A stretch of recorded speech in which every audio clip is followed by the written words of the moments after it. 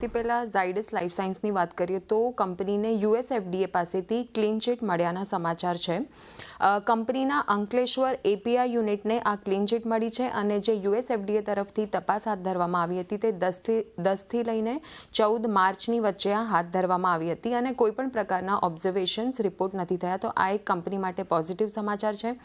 ત્યારબાદ આલ્કેમ લેબ્સ પર વાત કરીએ તો યુએસ એફડીએ પાસેથી કંપનીને ક્લીન ચીટ મળી છે. કંપનીના તાજોલા સ્થિત બાયો ઇક્વિવેલન્સ સેન્ટરને આ ક્લીન ચીટ મળી છે અને ક્લીન ચીટની સાથે ફોર્મ 483 પણ ઇસ્યુ કરાયું છે અને આ જે તપાસ છે તે 10થી લઈને 13 માર્ચ વચ્ચે યુએસ એફડીએ દ્વારા હાથ ધરવામાં આવી હતી. તો આ બંને જ સમાચાર કંપનીઓ માટે પોઝિટિવ છે અને ત્યારબાદ અત્યારે આપણને લગભગ 0.5% તેજી સાથે કારોબાર કરતો જોવા મળી રહ્યો છે.